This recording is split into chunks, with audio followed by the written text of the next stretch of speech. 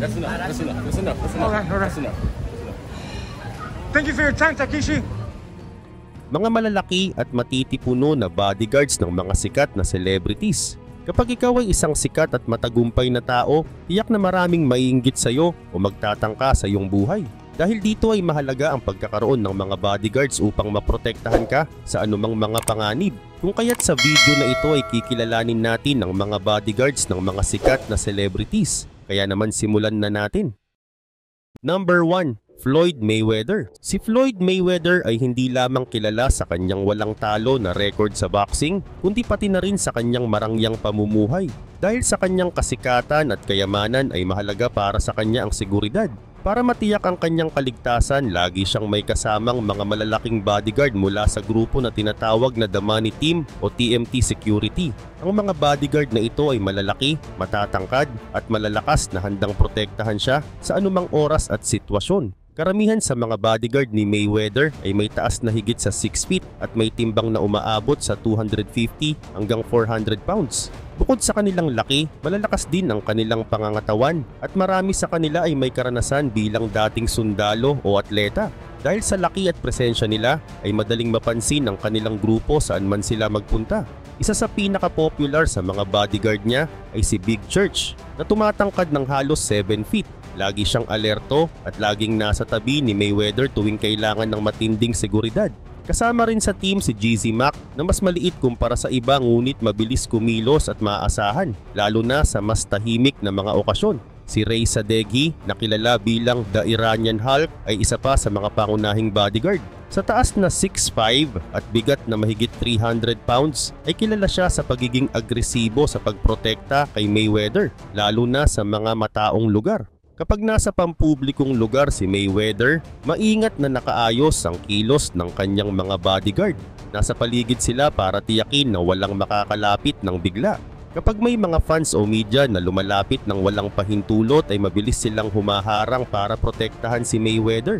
Ang kanilang presensya ay nagbibigay ng kapayapaan ng isip sa boksingero at binabawasan ng panganib sa mga mataong lugar. Subalit hindi rin naiwasan ng TMT Security ang ilang kontrobersya.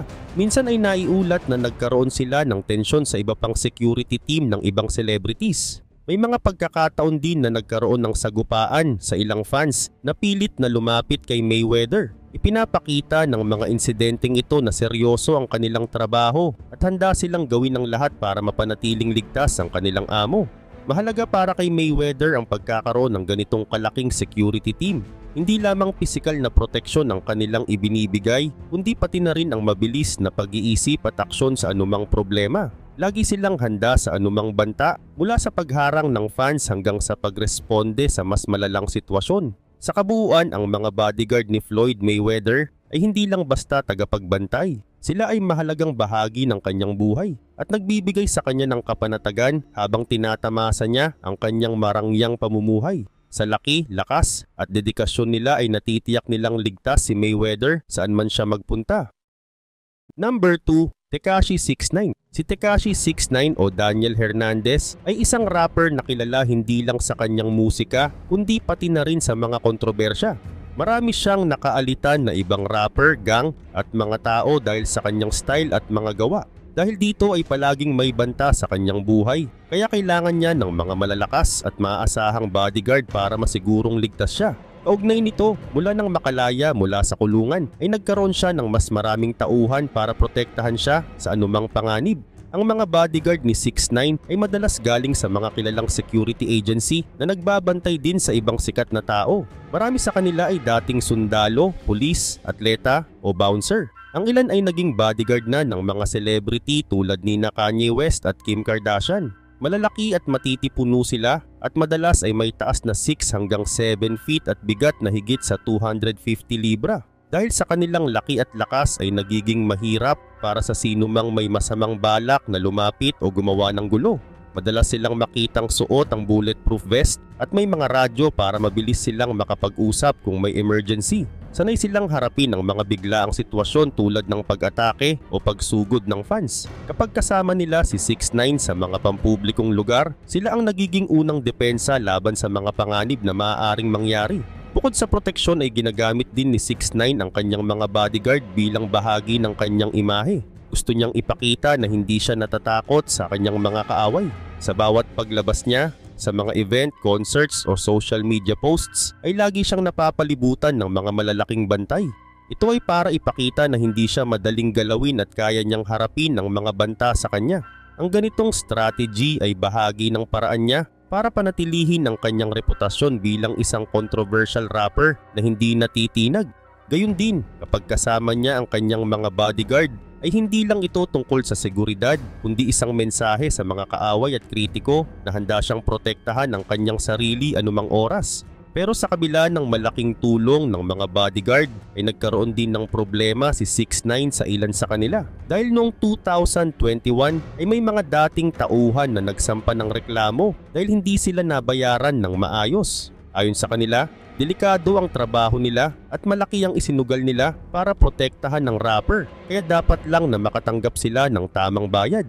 Ang ganitong mga issue ay nagdulot ng alitan sa pagitan ni 6ix9ine at ng ilang mga bodyguard. Ngunit hindi ito naging hadlang para ipagpatuloy niya ang pagkuha ng mga tauhang mag-aalaga sa kanyang kaligtasan.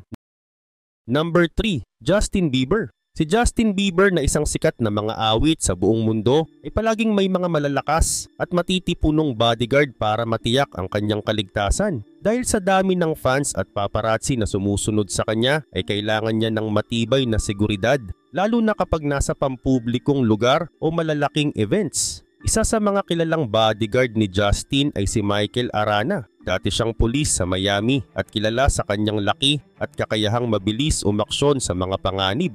Malaki ang naitutulong ni Arana sa seguridad ni Justin dahil sa kanyang karanasan at tapang.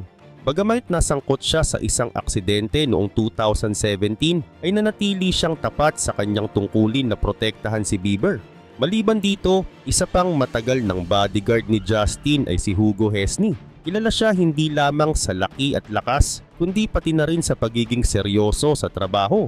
Noong 2014 ay naging kontrobersyal si Hesny nang maaresto sa Miami dahil umano sa pagkuha ng kamera mula sa isang photographer. Sa kabila ng insidenteng ito ay patuloy siyang naging bahagi ng security team ni Justin at patunay ito na handa siyang gawin ang lahat para sa kaligtasan ng kanyang amo. Bukod kina Arana at Hesny ay marami pang ibang bodyguard si Justin na kadalasang kasama niya sa biyahe. Karamihan sa kanila ay may military o police background at bihasa sa martial arts. Ginagawa nila ang lahat upang mapanatiling ligtas si Justin mula sa mga panganib na maaaring idulot ng sobrang daming fans o paparazzi. Sila rin ang unang humaharap sa mga tao upang maiwasang mapahamak si Bieber. Kapag nagbibiyahe si Justin sa ibang bansa ay mas pinaiigting pa ang seguridad. Ang mga bodyguard niya ay nakikipagtulungan sa mga local authorities upang matiyak na walang problema habang siya ay nasa lugar. Minsan may mga kontrobersya ring kinasasangkutan ng security team dahil sa paggamit ng puwersa, ngunit bahagi ito ng kanilang trabaho para sa kaligtasan ni Bieber. Pero kahit mahigpit ang mga bodyguard ay sinisikap nilang maging maayos ang pakikitungo sa mga fans. Naintindihan nila na mahalaga ang relasyon ni Justin sa kanyang mga tagahanga, kaya binabalanse nila ang seguridad at magandang pakikitungo. Nais nilang mapanatili ang kaligtasan ni Bieber nang hindi nagdudulot ng problema sa imahe niya sa publiko. Sa kabuuan, ang mga bodyguard ni Justin Bieber ay hindi lang malalakas at malalaki, kundi maaasahan din sa anumang sitwasyon. Number 4. Taylor Swift. Si Taylor Swift ay isa sa mga pinakasikat na artista sa buong mundo, kung kaya't kailangan niyang laging may kasama na mag-aalaga sa kanyang kaligtasan. Upang siguraduhin ito, may mga bodyguard siya na malalaki, malalakas at maaasahan. Sila ang nagbabantay laban sa mga mapanganib na tao, stalker o fans na sumusobra ang pagka-obses. Karamihan sa mga bodyguard ni Taylor ay dating sundalo o pulis. Sanay sila sa mga sitwasyon na nangangailangan ng mabilis na aksyon. Marunong din ang iba sa martial arts at self-defense kaya mabilis silang makakatugon kung sakaling may panganib. Alam nila kung paano magplano ng maayos para protektahan si Taylor sa iba't ibang sitwasyon tulad ng mga event o kahit simpleng paglabas sa publiko. Ang mga bodyguard ni Taylor ay matatangkad at malalakas kaya agad silang nakakapagbigay ng proteksyon. Karamihan sa kanila ay higit sa 6 feet ang taas at may matipuno na pangangatawan. Sa presensya pa lang nila ay nagiging hadlang na sila sa sino mang gustong lumapit ng walang permission. Madali nilang nakokontrol ang mga tao, lalo na sa mga mataong lugar. Dagdag pa rito, laging may mga bodyguard si Taylor sa tabi niya, mula sa mga concert event hanggang sa mga personal na lakad. Hindi lang nila tungkulin na bantayan siya mula sa peligro, kundi pati na rin siguraduhing komportable at maayos ang kanyang kalagayan. Sila rin ang nag-aasikaso kapag may mga fans o paparazzi na gustong makalapit nang wala sa tamang lugar o oras. Samantala, minsan ay may mga stalkers na sumusubok lumapit sa bahay ni Taylor o sumubok sundan siya. Ngunit dahil sa mabilis na aksyon ng kanyang mga bodyguard ay agad itong natutugunan. Agad silang nakikipag-ugnayan sa mga autoridad upang masiguro ang kaligtasan ni Taylor at maiwasan ang mas malalang sitwasyon. Bukod sa kanilang pisikal na kakayahan ay gumagamit din ng security team ni Taylor ng makabagong kagamitan. Mayroon silang surveillance cameras at mga monitoring tools para masiguro ang kaligtasan sa paligid. Sa mga concert ay mahigpit ang coordination nila sa mga local security teams para masigurong maayos ang lahat. Kung kinakailangan ay may mga espesyal na sasakyan silang ginagamit upang bigyan ng dagdag na proteksyon si Taylor habang naglalakbay. Karagdagan pa, ang mga bodyguard ni Taylor ay sanay din sa pagpapanatili ng balanse sa pagitan ng kanyang buhay sa publiko at personal na buhay. Sinisigurado nilang ligtas si Taylor nang hindi nagiging sanhi ng gulo o tensyon sa paligid. Mabilis silang kumikilos nang hindi naaabala ang kanyang mga gawain, kaya nagagawa pa rin ni Taylor na kumilos ng natural kahit saan siya magpunta.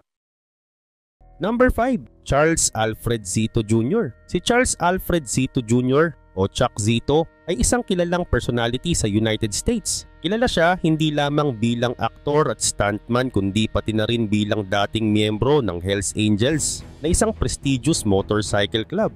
Malaki ang papel niya sa mundo ng motorsiklo at entertainment kung kaya't kinakailangan niya ng matibay na proteksyon sa kabila ng pagiging sanay din niyang lumaban.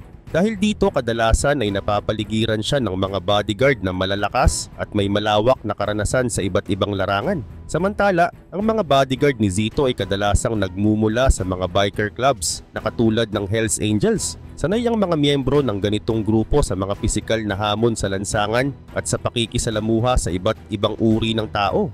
Ang pagkakaroon ng background sa motorcycle clubs ay nagbibigay sa kanila ng disiplina at tapang na kinakailangan sa kanilang trabaho bilang bodyguard. Bukod dito, dahil sa kanilang reputasyon ay madalas na sapat na ang kanilang presensya upang umiwas ang mga taong may masamang balak. Bukod sa pagiging bikers ay marami sa mga bodyguard ni Zito ay may kasanayan din sa martial arts. Si Zito mismo ay nagsanay sa martial arts kung kaya't pinipili niyang makasama ang mga tauhang marunong sa disiplina tulad ng Brazilian Jiu-Jitsu at Muay Thai. Ang mga bodyguard na bihasa sa martial arts ay mahalaga sa mga sitwasyong hindi inaasahan kung saan kailangan ng mabilis na aksyon at mahusay na kontrol sa katawan. Sa ganitong mga pagkakataon ay nagiging handa sila sa physical confrontation nang may kasiguruhan at kumpiyansa. Kaugnay pa nito, ang ilan sa mga bodyguard ni Zito ay may karanasan din sa professional wrestling at stunt work. Ang mga dating wrestlers ay kilala sa kanilang malalaking pangangatawan at lakas kung kaya't perfect sila para sa ganitong uri ng trabaho. Gayun din naman ang mga stuntmen ay eksperto sa pagharap sa mga mapanganib na sitwasyon at may mabilis na reaksyon sa mga biglaang pangyayari. Ang mga kasanayang ito ay napakahalaga dahil sa mga hindi inaasahang panganib na maaring kaharapin sa araw-araw.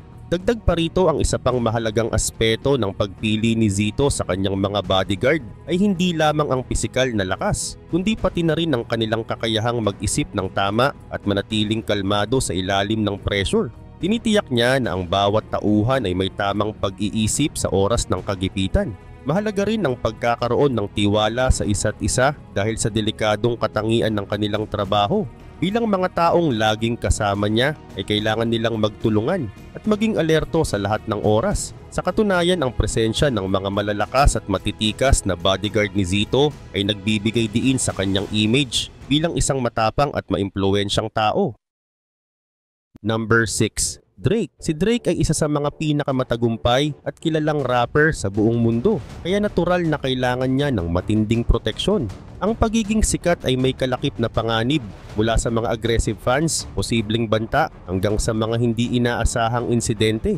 Upang siguraduhin ang kanyang kaligtasan ay kumuha si Drake ng mga bodyguard na hindi lang basta malalaki at malalakas, kundi may malawak ding karanasan sa pagbibigay ng seguridad.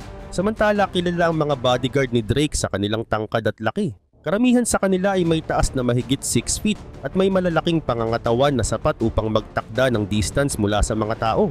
Ang laki ng kanilang katawan ay hindi lamang para magmukhang nakakatakot, kundi para din siguraduhin na may physical silang kakayahan na protektahan si Drake mula sa anumang banta. Sa tuwing lumalabas si Drake sa mga pampublikong lugar gaya ng concerts, clubs o awards shows, ang mga bodyguard niya ay palaging handang tumayo sa harapan upang pigilan ang mga di kanais-nais na sitwasyon. Gayon din naman ang mga bodyguard ni Drake ay hindi lamang basta malalakas, kundi sanay din sa iba't ibang uri ng pagsasanay. Ang ilan sa kanila ay dating sundalo, athlete o bouncer na may malalim na kaalaman sa martial arts, self-defense at hand-to-hand combat. Bukod sa pisikal na lakas ay mahalaga rin ang pagiging alerto at mabilis nilang pag-iisip sa bawat sitwasyon. Sa mga event na dinadaluhan ni Drake ay alam nilang bawat segundo ay mahalaga, kaya dapat handa sila sa anumang bagay na maaaring mangyari, mula sa kaguluhan hanggang sa biglaang pagbabago sa plano.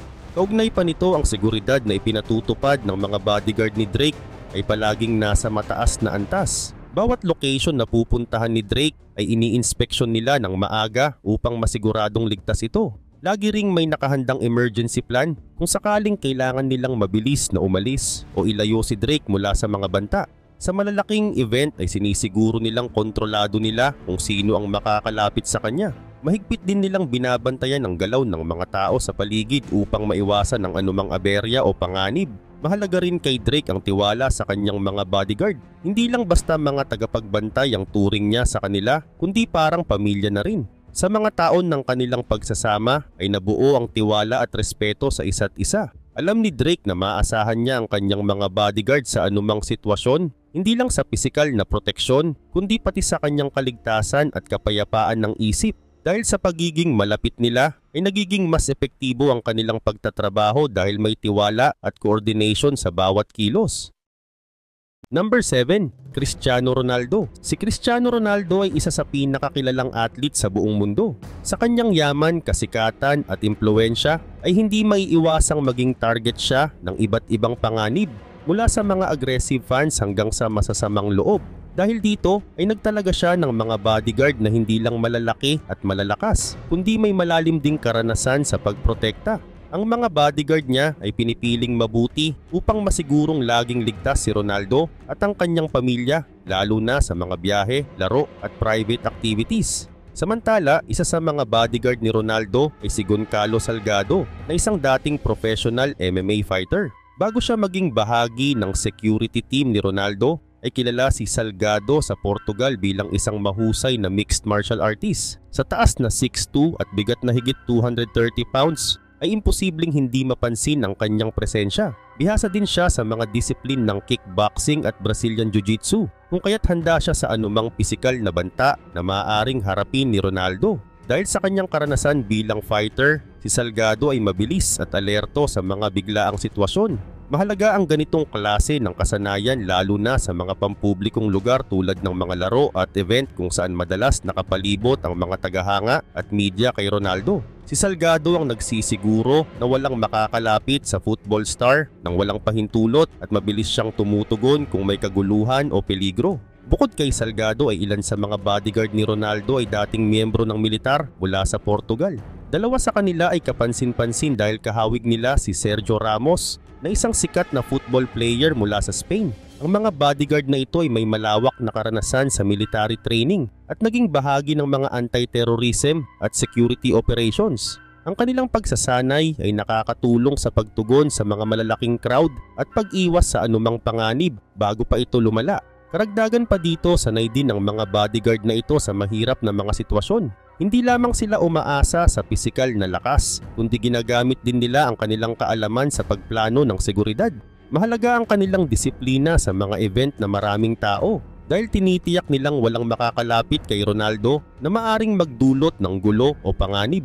Bago pa dumating si Ronaldo sa isang lugar ay tinitiyak ng kanyang mga bodyguard na maayos at ligtas ang paligid. Mayroon din silang mga backup plans kung sakaling may aberya o hindi inaasahang sitwasyon. Ang communication ng team ay palaging mabilis at maayos gamit ang makabagong kagamitan tulad ng two-way radios at iba pang surveillance tools. Sa ganitong paraan ay nagagawa nilang mapanatili ang seguridad ni Ronaldo kahit sa mga lugar na maraming tao o sa mga private events.